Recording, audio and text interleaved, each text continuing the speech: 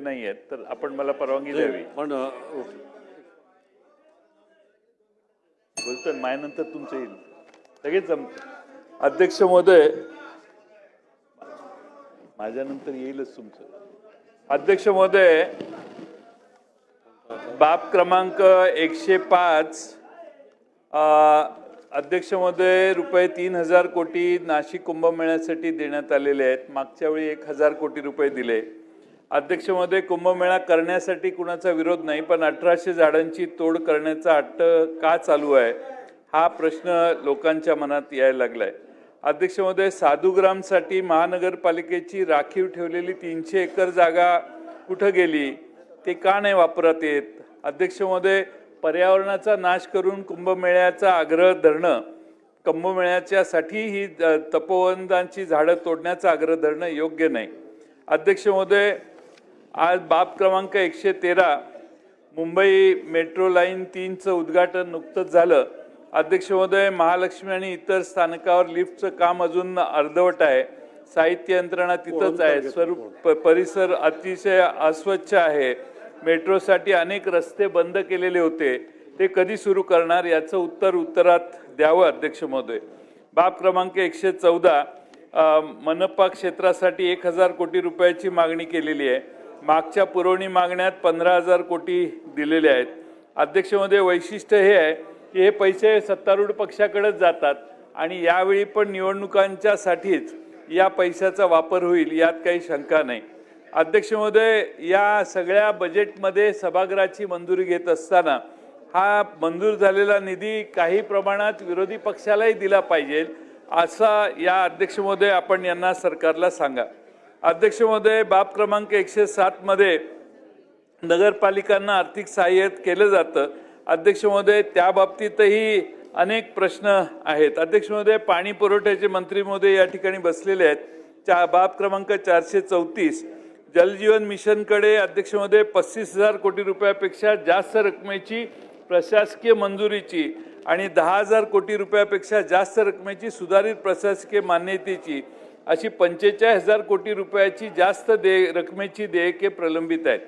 जलजीवन मिशनची 52,000 मंजूर कामापैकी 26,000 योजना पूर्ण आहेत. उर्वरित योजना निधीअभावी रखडल्या गेलेल्या आहेत.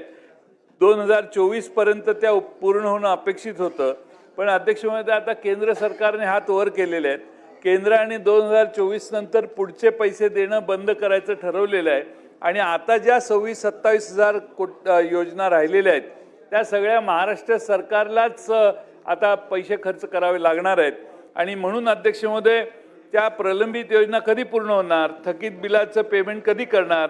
माझ्या मतदारसंघात एक हर्षल पाटील म्हणून एका मुलाने आत्महत्या केली. तो सब कॉन्ट्रॅक्टर होता, पण पैसे मिळाले नाहीत म्हणून त्याने आत्महत्या केली. माझ्या मतदारसंघात वाळवे तालुक्यात भवानीनगर, लवणमाची, किल्ले मच्छिंद्रगड, उबालवाडी, बोरगाव, महादेववाडी, माणिकवाडी, ओझरडे, काकाचीवाडी, तुळजापूर, बागणी, ढवळी, कारंजवाडी, मिरजवाडी, गोटखिंडी, बावची, मसुचीवाडी, साटपेवाडी, ताकारी, दुधारी या सगळ्या योजना आणि मिरज तालुक्यात कसबे डिग्रस, मौजे डिग्रस, तुंग, साखराळे, कापूसखेड, नेरले, पेठ, शिगाव, कासेगाव, वाटेगाव या गावातील योजना निधी अभावी प्रलंबित आहेत किंवा त्यांचं काम वेगळ्या कारणाने प्रलंबित आहे. तर एकदा मंत्री महोदयांनी आढावा घ्यावा आणि लवकरात लवकर ह्या कामं पूर्ण करण्यासाठी संबंधितांना सूचना द्याव्यात. अध्यक्ष महोदय, कंत्राटदारांना शेवटचा 1 मिनिट, कंत्राटदारांना बिल मिळत नसल्याने ते आर्थिक संकटात सापडलेत. त्यामुळे शासनाकडे जमा SD, EMD, MDR परत करून ही रक्कम अंतिम बिलातून वजा करावी व निविदा प्रक्रियेत लोकवर्गणीची अटी नसताना बिलातून लोकवर्गणी कपात केली जाते ती तात्काळ बंद करावी अशी आमची मागणी आहे. अध्यक्ष महोदय, शेवटचाच मुद्दा आहे साहेब, शेवटचाच मुद्दा आहे. अध्यक्ष महोदय, अंदाजपत्रकात सुधारणा करून सर्व कामांना प्रशासकीय मान्यता द्यावी. कामाच्या मुदती वाढवल्यानंतर विम्याची समान मुदतवाढ मिळावी व नवा विमा कपात करू नये अशी देखील त्यांची मागणी आहे. अध्यक्ष महोदय, माझी आपणाला विनंती आहे की या संदर्भात मंत्री महोदयांनी लवकरात लवकर काम करावं. अध्यक्ष महोदय, गृहनिर्माण विभागात देखील मलबारील फोर्जेट स्ट्रीट परिसरातील नामदेववाडी या गृह प्रकल्पाबद्दल भाषण मी मागं केलेलं होतं. मंत्री महोदयांनी त्याचा उत्तरात देखील उल्लेख केला नाही. लेखी उत्तर पण आले नाही. 20 वर्ष झाली त्यांना हक्काची घरे मिळाली नाहीत. परवा त्यांनी मोर्चा काढला होता. घरं दिली नाहीत त्या बिल्डरला काळ्या यादीत टाकायचे सोडून शासनाने त्याला झालेला 23 कोटी रुपयाचा विलंब शुल्क माफ करण्याचा प्रस्ताव केला. अध्यक्ष महोदय, मुंबईमध्ये असे अनेक प्रकल्प आहेत जे कामचुकार बिल्डरमुळे रखडले आहेत. माझी मागणी आहे की असे किती SRA प्रकल्प आहेत जे पूर्णत्वाची मुदत संपूर्ण गेली आहेत त्याची सभागृहाला माहिती द्यावी व अशा बिल्डरांच्यावर कडक कारवाई करावी.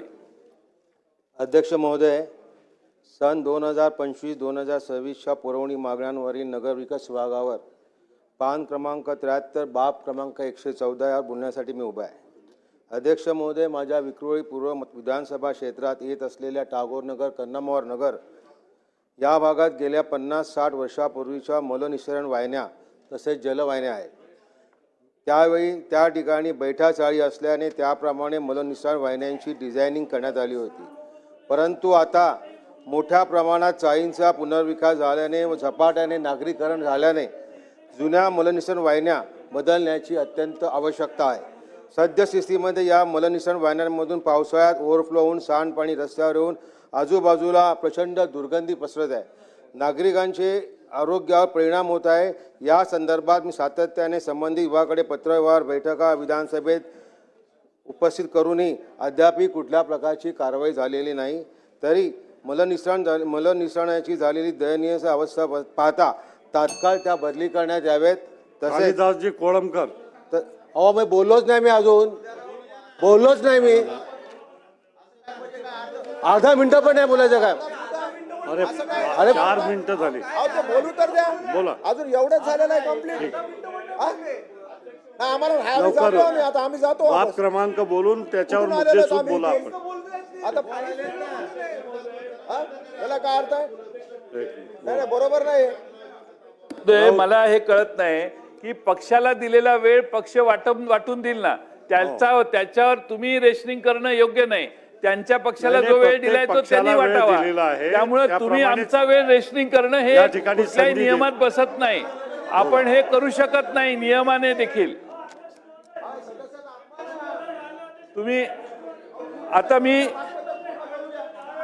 कोण किती बोललं अध्यक्ष महोदय, वेळ बघा. वेळ जी पक्षाला दिलेली आहे, विरोधी पक्षाला निम्मा वेळ द्यायचा असतो, निम्मा वेळ सत्तारूढ पक्षाला. त्यात त्यांनी त्यांच्या वेळेचं नियोजन केलेलं आहे. त्याप्रमाणेच या ठिकाणी संधी दे.